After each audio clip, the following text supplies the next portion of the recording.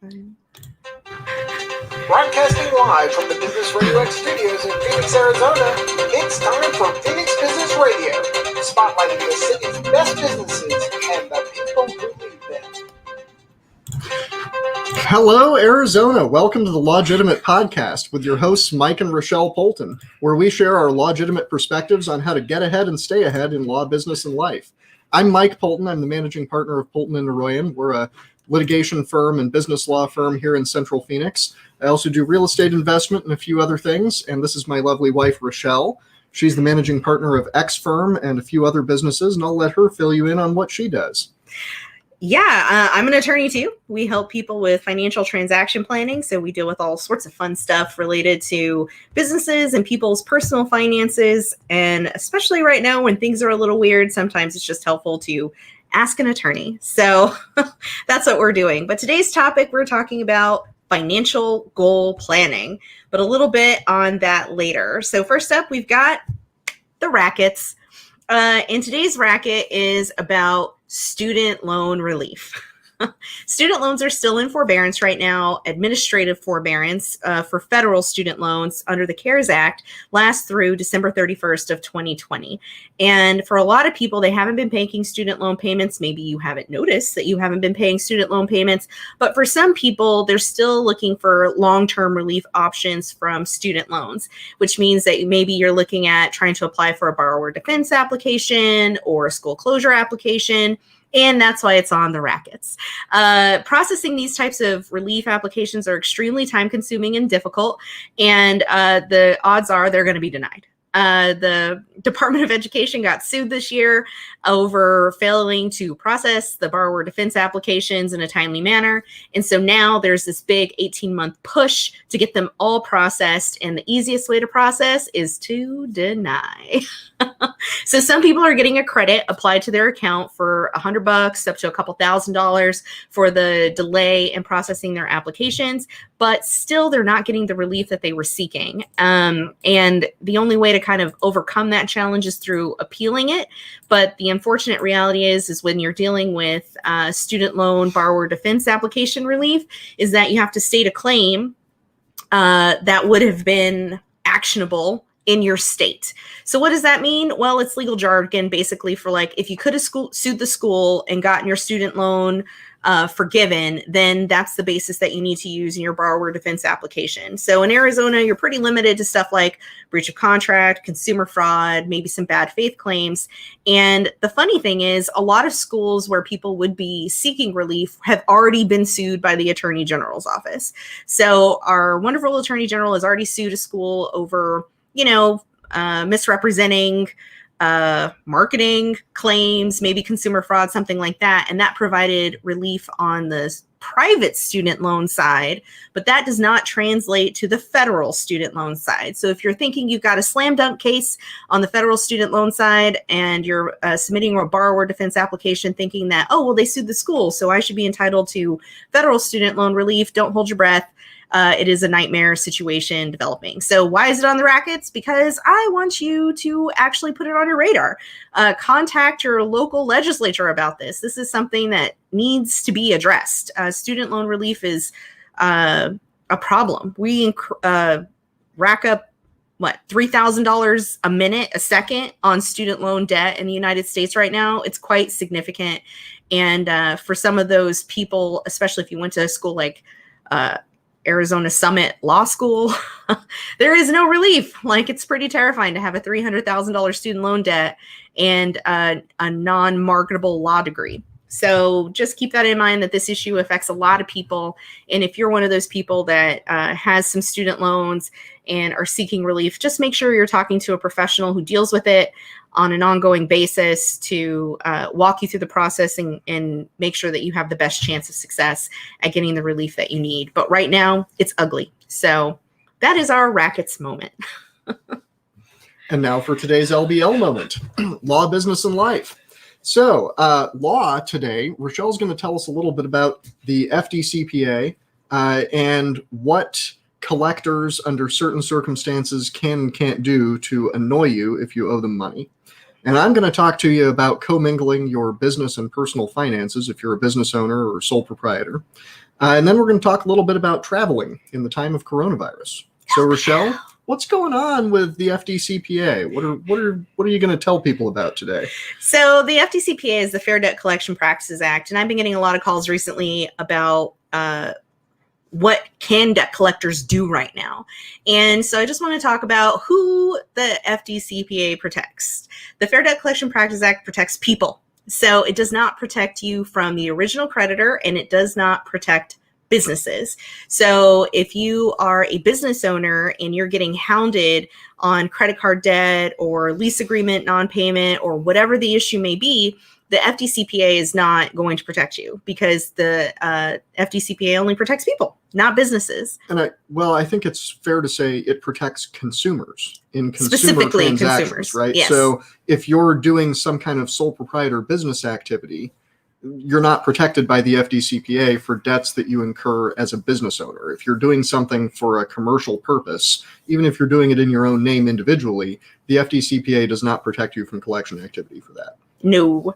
And when it's the original creditor, the FDCPA obligations do not attach. So a lot of times you'll see someone, they're like, oh, well, you can't call me 50,000 times in a day because of the FDCPA. And it's like, well, they're still the original creditor. So it's just bad form, but it's not illegal. Yep. Sorry. Yeah, people you owe money to are stressed right now too. Landlords are having a very hard time. Businesses that extend credit to customers are having a very hard time. So keep in mind, if you're having a hard time paying somebody, they're having a hard time getting paid too. Everyone's facing the same business stresses, and that annoyance and perhaps even desperation that you feel is also coming from the other end of that phone. So it's a tough time, and it's going to be a little contentious and difficult for a while. Let cool heads prevail. Yes, indeed. So banking and commingling. Down the road, if you have collection issues going on and you're a sole proprietor or small business owner, you may end up in a situation where you have to defend the separation between your business and your personal activities.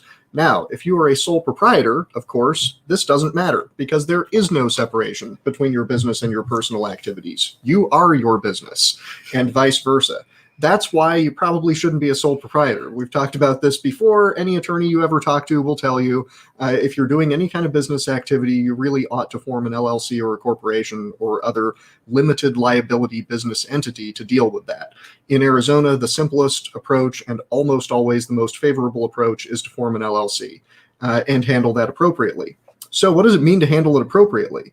Well, there's a bunch of stuff you got to do. It's not terribly difficult, but it does matter that you know what's on the list and you follow the rules.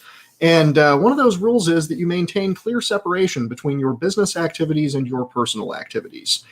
When I say activities, I mean financial activities, because that's kind of all that really matters when it comes to business. So if you're running some kind of business for yourself, you're going to do something that makes money, form an LLC appropriately in consultation with a business attorney. It's totally worth it. And do not commingle your business and personal finances. What does that mean? Well, it means that you go open a business bank account for your business. It ain't that hard. Once you've formed an LLC, you take your articles of formation and you go to a bank and you tell them you want to open a business bank account. It's not hard.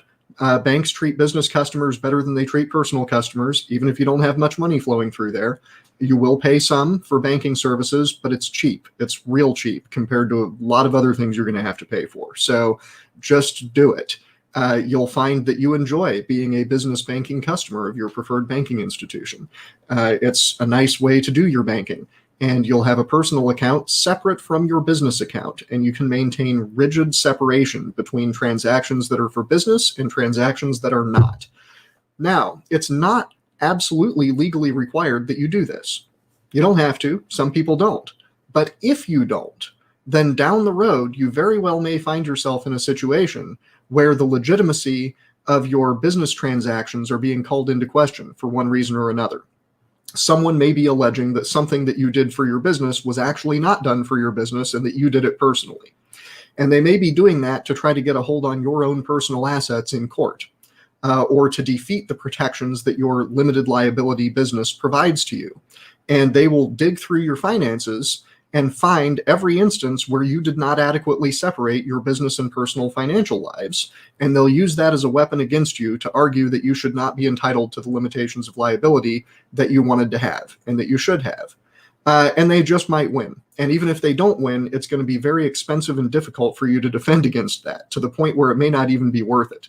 So it's definitely worthwhile to just go to the bank, open a business account, carry around separate debit and credit cards, carry around separate checkbooks if you use paper checks, and just maintain that separation.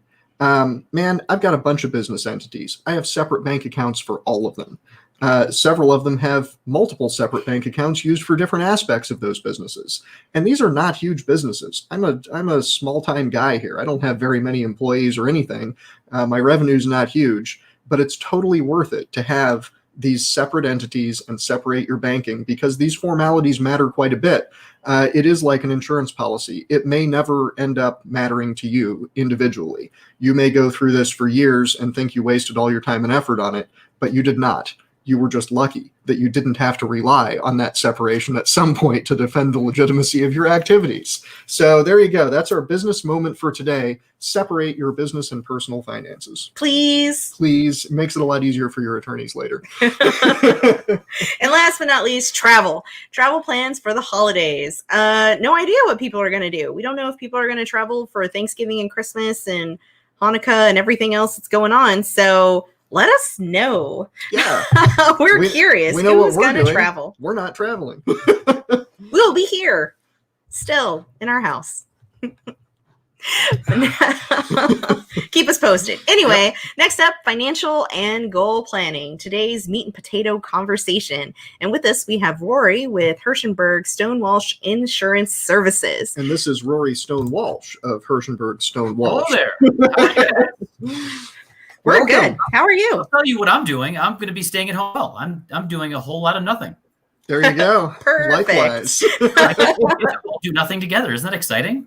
Or I guess not really together. Separated, but together. In theory. In thought. We'll all just do nothing in our own homes together separately. Exactly. How fun is that? So tell us a little bit about yourself and your company. Well, I am a Leo. And so I'm sure everybody needs to know that. It's very important. Aquarius here. Virgo. Yeah. Hey, see, now people, we're sharing. Okay. People, what we do is we try to essentially help small businesses. I mean, I love the transition talking about separating business finances and your personal. We have those types of conversations all the time, maybe not necessarily not quite there, but really we help a lot of small businesses set up company health insurance policies, benefit plans. My partner does retirement planning. We do all sorts of that fun stuff. And then we do individual as well. So a lot of people don't have small businesses. So we assist them with individual health insurance policies, life insurance policies, disability policies, Medicare, all the things that we, when you say insurance, that's what we do. The world of insurance is vast. It is vast. It is crazy vast. It is. I shouldn't say all the things insurance. We do this. We do the employee benefit side or health insurance side of that sliver of the insurance pie, I should say. So that's an important point to mention. Insurance these days functions in a lot of different roles. We're talking about it being vast. It's so vast that different aspects of the insurance business serve completely different purposes in terms of what they do for people. You've got one side that I think is typically referred to as property and casualty, and that's what our good friend Irene does, right? And property and casualty insurance is the kind of insurance where you make a claim when something goes wrong and you've lost value or been injured, or someone else has, and they're accusing you of being liable for it. And that's one important role of insurance. But the kind of insurance that you primarily deal with, Rory, is a different role, right? And it's something that supports people, provides services for people that they need routinely.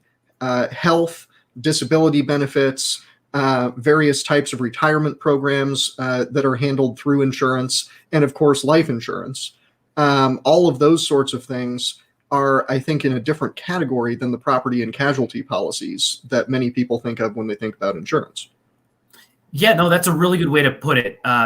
From the Irene perspective, you get that insurance and you never, ever, ever want to use it, right? That's the thought process, right? I hope I don't get in a car accident. I hope I don't get sued. I hope my business doesn't light on fire. Those kind of things, right? You never, ever want to use that. Now, in health insurance, it's fire extinguisher insurance. Yes, you ought to exactly. have them, but you don't want to have to use it. Right. In ours, there's some of that. Obviously, life insurance and disability. You don't ever get disabled, or hopefully you don't die until you one day do. But you don't want to die prematurely. I guess that's the point. But in our world, we have health insurance is actually purchased for people to use, right? So they use it for everyday things, going to get physicals, going to do their normal routine checkups. God forbid you get sick or you have something major, and obviously in emergency situations, hospitalizations, surgeries, all those fun things that we get to think about. But these policies are meant to be used. And hopefully, I guess you don't use health insurance that much, but you're still supposed to use it a little bit every year. Dental, vision, same thing. You're supposed to use those policies for the betterment, right? So at least you use them for the preventative side.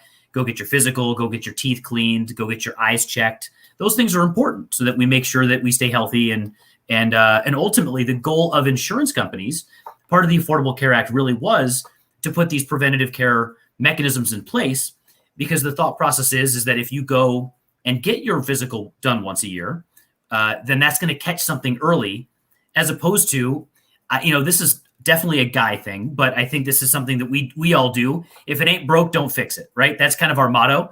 So we walk around and, it's not that bad. I can walk, or, whatever, it's just a minor flesh wound. Well, we don't want to go to the doctor. We don't want to go to the hospital. So what essentially happens is eventually those things catch up to you. And then the next thing you know, something big happens as opposed to something preventable in the beginning. A flesh wound, your arm is off. Thank you. Yeah. Agreed. People are paying a fortune for health insurance right now. You should use it. You should get every ounce of benefit out of that sucker that you can extract. No doubt. And I think, one of the things that, when we're talking about health insurance now, one of the things that when I sit down with even my wife, she just sent me her open enrollment email, and we just go through the finances and the thought process. I think one thing to think about is there's two trains of thoughts on health insurance. There is the catastrophic angle, and then there's the everyday use angle. And I think the happiest marriage now, especially because of how expensive health insurance is really to find a policy that that you're going to utilize to the most of it, right? So, if you're really, really healthy, even if you have money, there's no point in going and buying the Cadillac plan that you're never going to use, right? And you guys would, I'm sure, be the first people to say, especially when we're talking about planning and financial planning and using your money in the right way. I can't tell you the amount of people that will just say, that has the lowest deductible and I'm going to get it. And I go, well, are you healthy? Do you go to the doctor? And they go, no, I haven't been to the doctor in 4 years. I'm like, well, maybe I should get a higher deductible. Maybe you should think about doing a plan that might have a higher deductible, and save yourself that $50 a paycheck, or, if they have a family, $100, $200 a paycheck, $300 a paycheck, and put that somewhere else. Put that money into disability plans, put that money into life insurance, put that money into retirement. It's much better suited there. Just don't spend it on insurance you don't need. Don't spend it on insurance you don't need, right? And I think, so there's the school of overinsured, and then there's a school of underinsured. Mm-hmm. And I think that there's that people too often say, also, that's the cheapest policy, I'm going to get it. And I think, unfortunately, these things are expensive. So I'm never going to sit here and fault anybody for saying, I'm going to get that plan, because look, I get it. It's expensive, and you got to afford what you can afford. But it's also important to think, what? If it's an extra $10 a paycheck for me to go to the next level up, and that next level up might have the doctors and the network that I need to go see, and that's important. Or there's certain types of coverages that I need personally, that might be something that you want to think about, and not just say cheapest, I'm just going to go with that. And I think that's important. I think when we sit down with people, those types of things, I can't stress enough network. Provider networks are so confusing nowadays. Yeah. I don't know if you guys have ever gone on to, the provider websites and gone through the provider search things. There are, if you go onto a website and you don't specifically have a button to go onto yours, or you don't go into your specific member portal, there are 50 different provider networks for all of these insurance carriers. Yeah. So how the heck do you know which one to go to and who to find out? And so, Choice plus Blue Alpha. Yeah. And even when you go through your own provider's search process, it might not be can updated. Be pretty difficult to figure out which boxes to check or which drop downs to pick for your actual plan. Correct. I mean, we've done that. I've had to do that for specialists just in the last couple of years, and it can be rather difficult even for somebody who's used to that sort of thing. No doubt. It's to go through. I mean, I can't tell you, I do this every day for my job. And even sometimes it takes me a while to navigate some of these websites. And especially, when it's what I find is that doctors, and this is just a tip I'll give everybody, is that always look up a doctor. Don't look up their practice. Yeah. Because a lot of times the doctor will, on these provider searches, will be listed, but maybe not under the practice, or they might have several different locations. And you want to find the doctor. And then from there, you can kind of work your way backwards. But ultimately, find the doctor first, and then figure out which practice might be in your network. Because sometimes one practice in Peoria might be in network, but the practice in Scottsdale might not be. It's all none of it. It all makes sense, and none of it makes sense. That's the world of health insurance. Yeah, and the same doc may be associated with multiple practices, especially in certain specialties. It's very possible that you could end up working with the same doctor through multiple practice groups under different circumstances, and one of them is in your network and others may not be in your network. Totally. I think that when people are, deciding on open enrollment right now, it's the end of the year, and it's like, okay, you can't just continue to select the same plan year after year after year, because your life changes. So before you start really picking, at what kind of plan do I need? Do I want the lowest deductible? Do I just need critical care insurance? What am I looking for? Think about it. Like, take a moment and spend some time thinking about your health, your family's health. And, is there something that's bugging you that you're thinking that you're going to want to get checked on in the next 12 months? Is your back hurting way more and you can't really stand up straight? Like, maybe this is the year that you go get that checked out. Maybe this is the year you make sure that, if you think you're going to need a surgery, that maybe this year is the year that you go get it. And so that can help really form your financial decisions for health insurance just by taking a moment to stop to look at your health. Like, your kids are going to need orthodontia. Well, this is the year that you freaking get dental insurance. Like, start shopping for dentists that, are in your network and that'll work with you. Like, unfortunately, healthcare these days is no longer a hands-off approach. Like, adulting in 2020 is, navigating literally a minefield. And goal financial planning, part of that is dealing with your health. It's got to be on the checklist, because you can lose a fortune in medical collections simply because of poor planning. And one of my, if I can jump in real quick, one of my favorite statistics that I heard about a year ago was the average person takes about an hour to research their cell phone that they buy. Okay. They average about 8 minutes doing their entire benefits enrollment for the year. Wow. Yes. Yeah. So that's what we're up against. And, I think that, yes, it's, but I get it. It's very confusing. A lot of times it's very, very confusing. The language, me and Paul and Paul, by the way, my business partner, Paul Hershenberg, we always joke about how we consider ourselves more translators than actual just whatever we are, whatever our role is. We're translating. Basically, it's a foreign language to people, because all of these terms are just so different and so just not an everyday part of our lifestyle, right? Absolutely. So, and there's so many acronyms. So many acronyms. Yeah, PPO, HMO, HSA, FSA. And funny enough, if I may jump into the HSA, FSA thought process for a second. So this time of year is a very important time of year. So if anybody out there has gotten an FSA or got enrolled in an FSA, flexible spending account, through your employer, This is the time of year where generally you go, oh no, I haven't used I signed up for $1,000 and I've only used 100. Uh-oh. And then with FSAs, there's a clause called the use it or lose it rule. And so basically, if you don't use the money that's in your FSA, you lose it.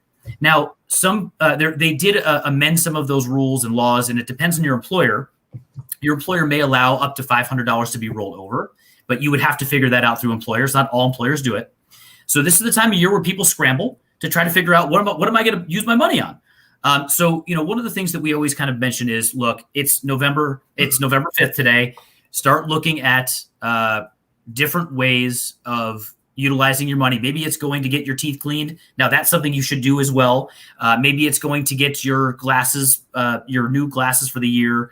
Make sure you plan out this time of year to make sure you get what you need, and don't waste that money that you spent, because that money ultimately may not ever come back to you.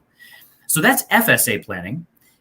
HSA planning is the other side of it. And I don't know about you guys, but I'm a big fan of HSAs, health savings accounts. We really, really do try to stress these, especially for small businesses and small business owners, because it's an easy way of just tax-free money.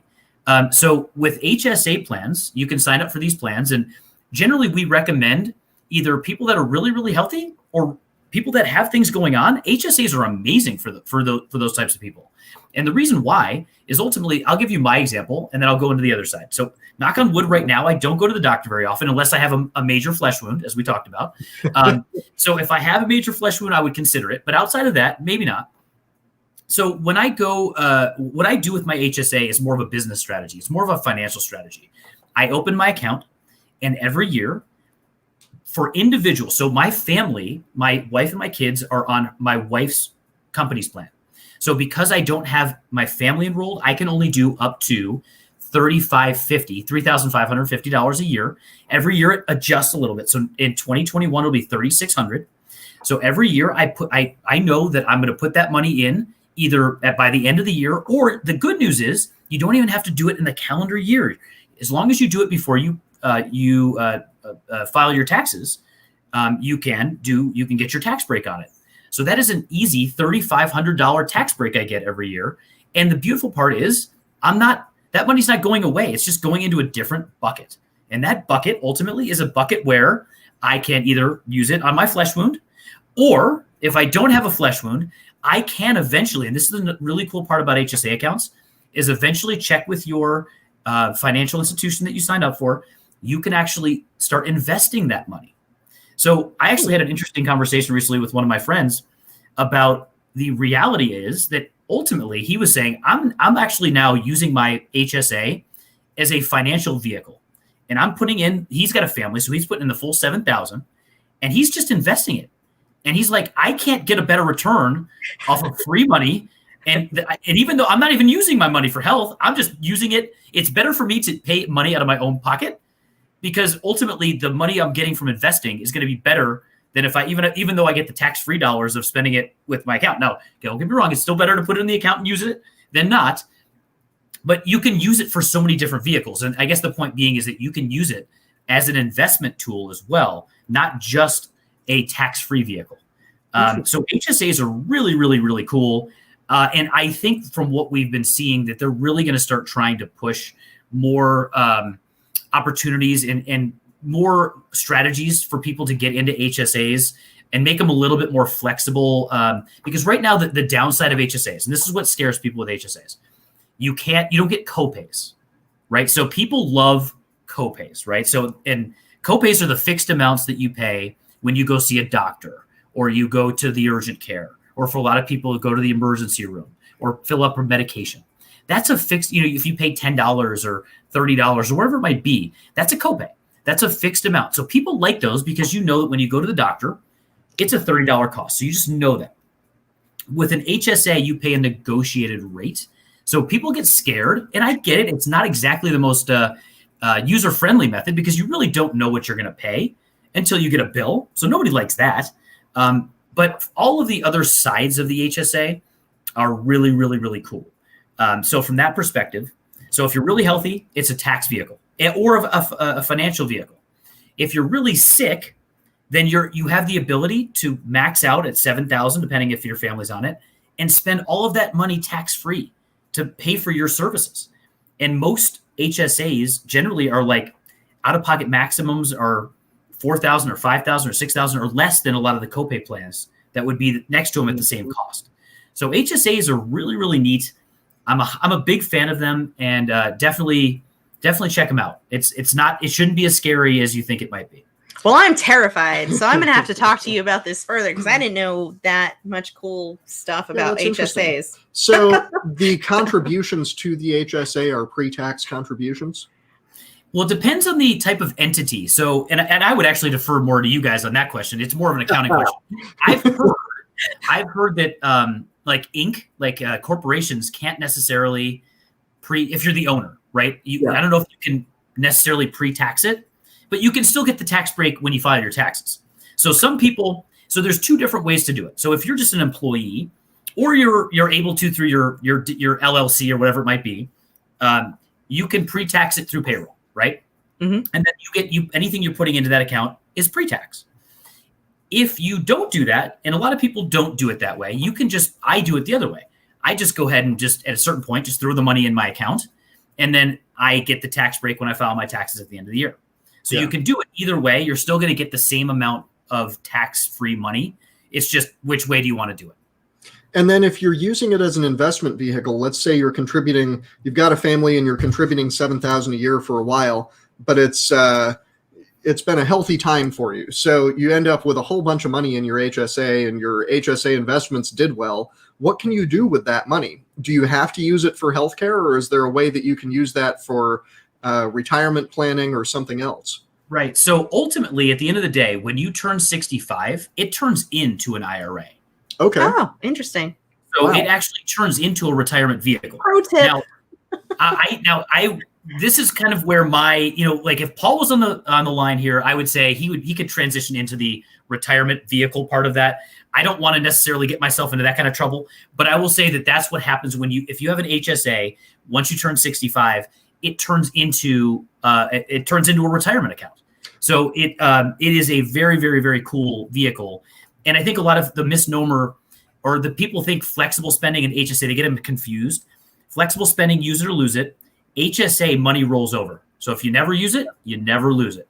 And there's no disadvantage to overfunding your HSA or disadvantage to having your high-performing retirement investments be in the HSA, because eventually you're going to be able to use it the same way you would have used your other retirement funds. Right. So I guess the only thing if you put money into the HSA that after your IRS limitation or your contribution amount, you're just not going to get the tax break on it. Yeah. But ultimately, yes, to my knowledge, I think you could put money in there and invest in it, even if it's not tax-free. Now, don't quote me on that. There's a lot of nuances on this stuff, but I'm pretty sure you could.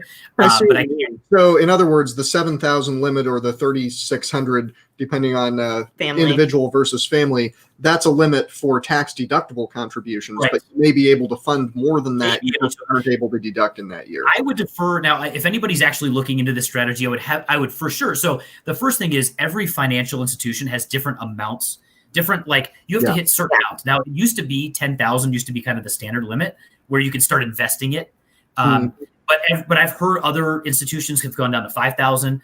I would really say if that's a strategy you're looking into, definitely reach out to your financial institution, find out what you need to do, what limit you need to get up to in order to start investing it. But definitely a great idea. It depends. It depends. It really does. Like everything else in healthcare, everything is different for every single person. I would just say, give a call to your financial institution for your HSA and ask them, hey, how do I invest this money?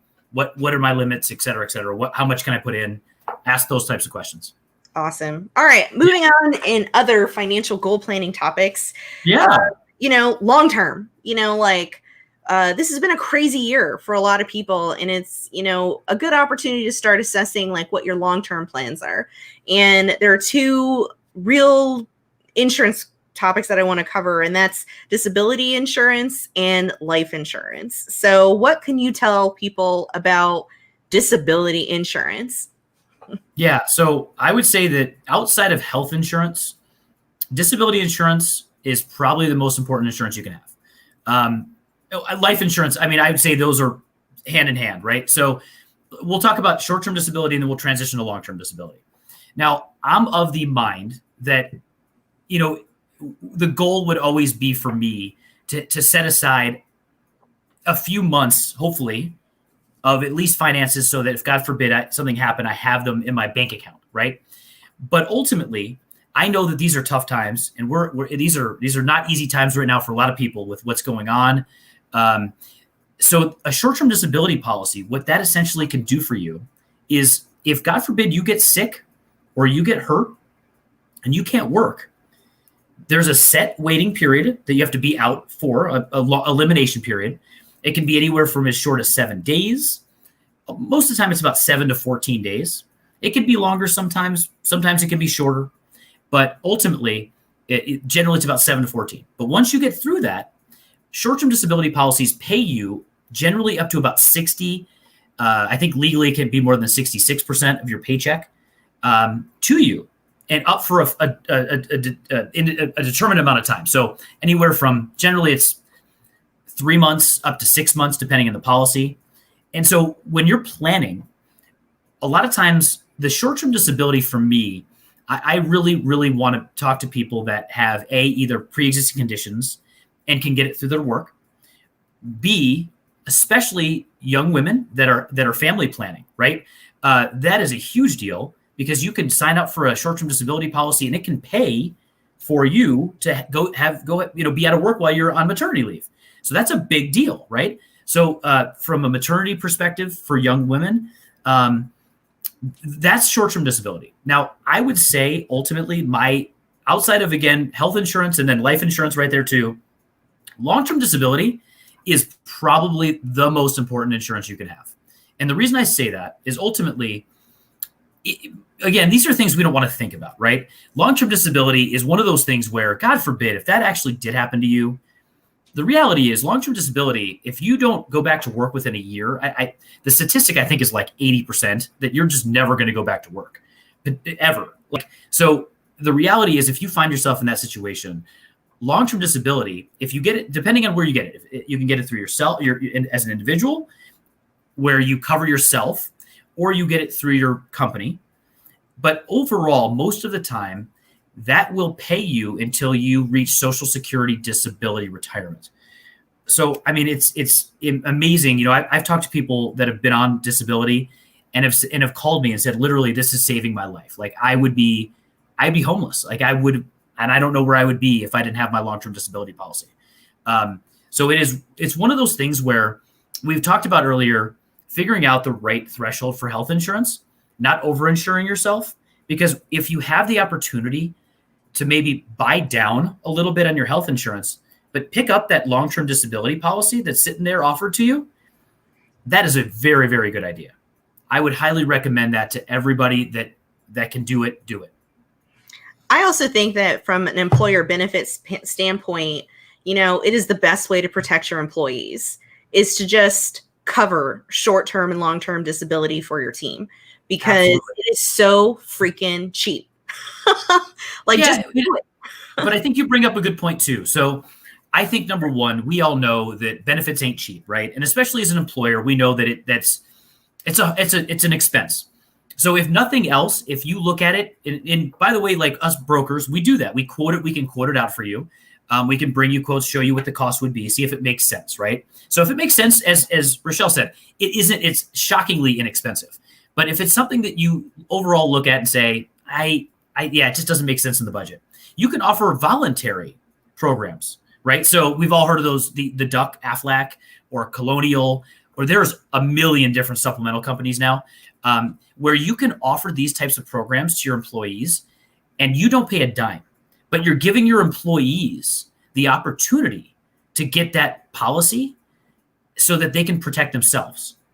And a lot of times, employees or somebody that's an individual, it's harder to get a disability policy on your own because of underwriting and other things than it is to get through a company. So I would definitely say that if nothing else, if you can't afford it or you can't make it part of your benefit package, at least bring in the other side where it's no cost to you outside of just paying a bill, but all you're doing is just allowing your employees to pay for it, and you deduct it out of their paycheck. And I think that's a really important part of the benefits package that employers can put together. It's certainly something that I was interested to find out about when I first became a business owner and started getting the sales pitches directed at me from Aflac agents and other insurance agents and people such as yourself start courting you a little bit. I had no idea what it looked like from the employer side, dealing with these sorts of benefits. Everyone's used to it being an employee and being told what your company offers you, what your options are. And it's different everywhere. And some places have good things. Some places don't have good things. Some places have one option only. Other places have a huge menu of things and don't explain any of it. I got to experience a number of those working for large companies as a standard employee and never really understood what it was like on the other side of that. Where does this stuff come from? Why does my employer offer this rather than something else? Why does it suck here at this company instead of being great like it was at the other place? And the end result is it depends on how much attention your employer is paying to this. Frankly, if they give a shit, they can give you a pretty good plan with very little additional cost on their part. It's just a matter of hooking up with the right agents at the right institutions to offer things that are useful to the employees. And I was very surprised to learn how inexpensive the disability insurance, both short-term and long-term, and the various supplemental offerings are. It's dirt cheap to the employer. And it's dirt cheap to the employee if it's a supplemental option that's paid for by the employee. It hardly makes sense not to do it. With that said, with very small companies with a small number of employees, the administrative overhead can be a little bit too much to justify it. But if you've got, say, 6 or 8 employees or more, anything above that number, it's totally worth it to offer a good menu of really solid options for people. Because like you said, Rory, it's much harder to do it as an individual. If you're trying to get these coverages without going through your employer, sometimes you just can't do it. And other times you're going to pay a whole lot more for a much more limited menu of options. Yep. Yeah. No doubt. And you're looking through your open enrollment options, just go ahead and click that box for short-term and long-term disability. Yeah. It's worth the whatever you're paying for it. And I would actually go to the next part on that too. Is we've talked about, deductible isn't always everything, right? And we just talked about HSAs and things like that, where an HSA there's so many cool things. You get a high deductible, which might sound daunting, but a lot of times you can get these high deductible plans. Now HSAs are a little different. A lot of times, but most companies, HSAs have rules where you're not allowed to get like you can't have an FSA and an HSA together, or you can't have things that are supposed to pay for your deductible, quote unquote. But you can actually get HSA qualified supplemental plans. You just have to talk to your agents about that. They can do it. And essentially, if you pair those types of things up, you now just supplemented, God forbid, your $5,000 or $6,000 deductible. And that's where I say buy down a little bit. Go grab yourself a critical illness plan or an accident plan or a cancer plan or whatever it might be. And those are like, Mike said, they're not expensive. They're a few bucks. And then ultimately, now you just basically paid for yourself a little gap insurance. Yep. So God forbid it happens, this just paid for it. And now you didn't pay that much for your health insurance and you paid a little bit for this. And now your deductible's paid for. So yeah, there's just all these little types of nuances that you can do. And, it is daunting. And I know that's the last thing people want to do around the holidays, but it's super important, right? It's things that can shape your financial futures, right? It's going to require spending more than 8 minutes. Yeah. Yes. It's going to take half an hour. Like, you got to think this through. It's going to take half an hour. Yeah, I was going to say it's going to take an afternoon. It's a project, but it's worth it. Well, it takes an afternoon to go to one doctor appointment. So, right. But it should, right? It should take you should plan out a half hour to an hour, at least, right? Just to review it, to figure out what questions do I have? Do I understand what I'm looking at? Yeah. All these things. Yeah. And transitioning that into life insurance, overall, life insurance, obviously, I feel like, from the benefit perspective, most people kind of get insurance. I think people understand everybody's going to die, right? At some point, everybody is going to pass away. And the reality is how well you have to plan this out because, people die and they know that they're going to die, but a lot of people don't know that they're going to die. And then unfortunately they leave their families in really, really bad shape. Yeah. I had somebody call me the other day asking if their health insurance policy, their brother just passed away. It was a horrible story. If their health insurance policy paid for the funeral. And I said, oh, I'm so sorry that's not how health insurance works.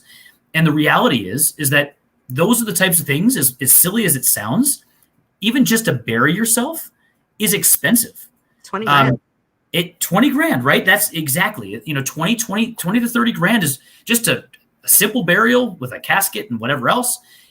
But that's money. And you don't want to put that. The reality is, even if you get yourself a $20,000 or $25,000 life insurance policy, that at least doesn't put your family in debt just to put you in the ground. And as morbid as that sounds, that's reality. That is reality of where we are as a society, is that we all are trying to hopefully help our families and keep our families in good shape. And as simple as a $25,000 life insurance policy will at least keep your family out of debt for you passing away.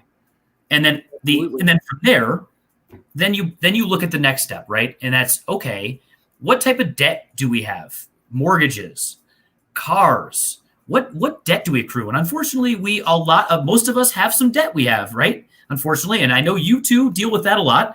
And the reality is that you don't want to leave your loved ones in a bad place. And life insurance can help alleviate some of that stress of, if God forbid you passed away, how's the house going to get paid off? How's the car going to get paid off? Also depending on, your strategy for your kids. Do you want to put away money for your kids' college tuitions? Though that's what you have to think about for life insurance. Do you have a permanent need for life insurance? So, unfortunately, people have children that have things that they're born with that they may not ever be able to function on their own and they may have permanent needs, right? So there are all sorts of reasons why life insurance are very, very important. And for the most part, term life insurance. And what that means is when you buy it for a set amount of time, 10 years, 20 years, 30 years, and then you put a finite amount on it. Let's just say 500,000, 250,000, whatever it might be. They are pretty cheap. It's remarkable how cheap especially the younger you are, the cheaper it is. So if you buy yourself a 30-year term policy when you're younger and you're just getting married and you're having kids and you're 30 years old, that 30-year term policy will probably be $20, $25, $30, like something that you can manage and not think about on a monthly basis, that you now know that, hey, I'm protecting my family in the future if, God forbid, something bad happened to me. Absolutely. Yeah. That's very important. These are things that people tend to not want to think about. No. And everyone believes in the abstract that these are things that can happen. But as you mentioned, everyone dies. It's not something that's abstract. It's a guarantee, in fact, that you will at some point have to deal with that for yourself and your family members. And so financial planning needs to take into account the inevitable endpoint of your financial plan. And there are a lot of different ways of dealing with that, and it is specific to everyone's own financial situation. But usually life insurance is going to be an important part of that plan. It's usually an appropriate solution because paying off the debts, dealing with the burial expenses, all of those things are important. And even if you have a substantial estate, even if your net worth is very positive and your family is going to be well provided for, it may still be a good idea and a worthwhile investment to use life insurance to supplement that. It's something that you got to look at, and it is something you have to evaluate in terms of the probabilities of an earlier death from any particular issues that you can reasonably suspect, the cost of term policies, the cost of whole life policies, all of these different approaches. You got to run some numbers or work with someone like Rory to help run numbers and figure out what your options are to make sure that you're not causing further financial stress in the end of your life and shortly thereafter for your family. So your 2020 goal planning tip here is, if life insurance, if you don't have any, this is probably a good year to go ahead and get some. Oh my goodness. Even I think a $25,000 policy, term policy, You can afford it even now. Yes. We have this thing called a pandemic going on. I don't know if anybody's heard about it. There's this thing called pandemic happening. And if this is not a time when you can think about that point, then who knows when you're going to think about it. But yeah, it's important. A couple other side notes on life insurance.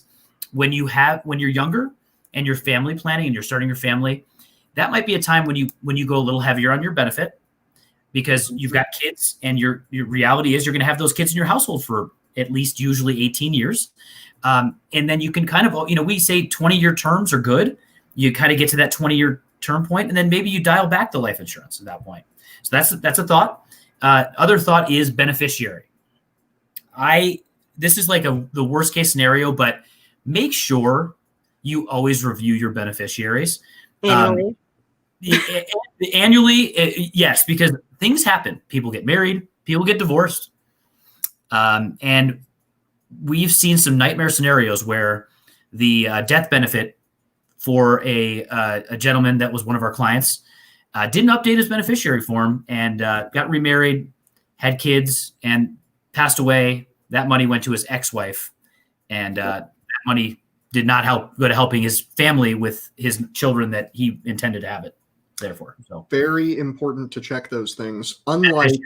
Unlike wills in Arizona, which are presumptively revoked if they're in favor of a spouse who you've since divorced, that is not the case for designated beneficiaries under contractual arrangements. So beneficiaries of accounts that are payable on death, if you have investment accounts with beneficiaries designated and you get divorced, your ex will get that money if you didn't update it. And the same with life insurance policies and other types of contractual arrangements.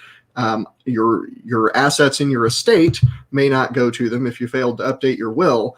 Instead, they'll go to the statutory defaults, and maybe you don't like that either. Nope. So these things are very important to keep updated on a continuous basis.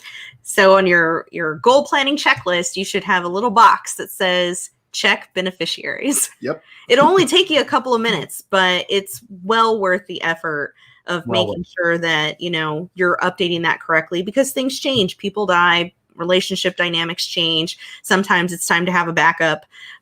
You've really got to, unfortunately, put that on your adulting to-do list. Yep. It always has been part of adulting. There may not have been as many options available to plan for your retirement and your death in the past, but this is something that all humans have always had to deal with, going back to ancient times. Yep. It's certainly not new. And it is just a difficult part of life to make these plans and to do the best to provide for yourself through the end of your life and to provide for your family afterwards. It's part of being a human. Got to do it. Called being considerate. Yes. This is great. Speaking of being considerate, there's one thing we want to talk about with retirement planning. And that is yes, you have to have, look at your 401k, look at your IRA, make those contributions, make sure that, you're looking at your real estate investments, and all of that's part of it, and your cash on hand. But this is directed at individuals in our last 5 minutes who are looking at retirement and want to buy a business. Oh, yeah. Or I want to split this into two things, and we'll cover it quickly because we're running out of time. But people who own businesses and want to retire and get out of it, and people who want to retire from a job and get a business. Now, you might think that if you just bring these two people together, the business owner can sell their business to the retiree who wants to have it, and everybody's happy. Well, the problem is nobody's going to be happy. Lots of people have had a dream for years of owning a small business, usually some kind of a store or a tourist business in a tourist destination, or maybe a bar or restaurant.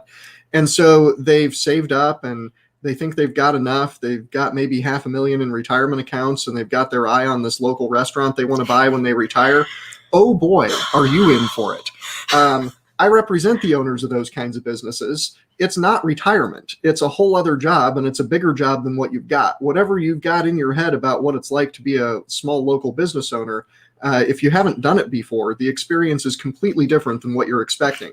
Doesn't mean it's a bad idea necessarily, but if that's your plan, you need to direct your career towards that. You need to gain experience managing businesses, managing employees, running the exact type of business that you're planning on having in retirement. Plan it out in the very long run and make sure that you're picking the right options and that you are absolutely poised to make it work.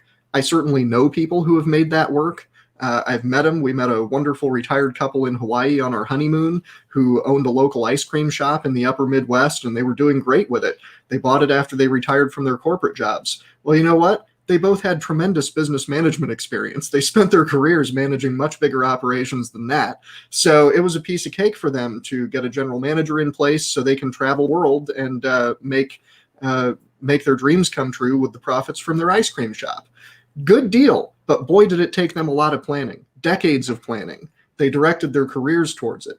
Now, on the flip side, let's say you are a business owner and you want to sell in order to retire. This is also something you need to plan for long in advance. 5 years. At least, if not from the very beginning of your business operation. If you have an exit strategy which involves sale, that is your goal. Your product is not whatever your business sells. Your product is the business itself. In the long run, that's the thing you actually want to sell, not whatever it is that you do on a day-to-day basis in that business. And so your overall level of operation needs to be higher. Your approach needs to be directed the whole time at creating a solid record of financial success that looks good on paper to maximize the valuation of that business, about putting systems and key staff in place to make a transition easy. All of these kinds of factors are critically important, and that's very different than your approach if you intend to pass it on to the next generation, or if you intend to continue owning it in your retirement but not be involved day to day. All of these things require different strategies that have to be executed for years in advance in order to achieve good results. So whatever your plan is, whether you want to become a business owner in retirement or whether you want to exit being a business owner in retirement, either way, this is your career strategy and it's not something you do at the last minute. So plan it very carefully. Make sure all the ducks are in a row. Work with professionals like myself and Rochelle.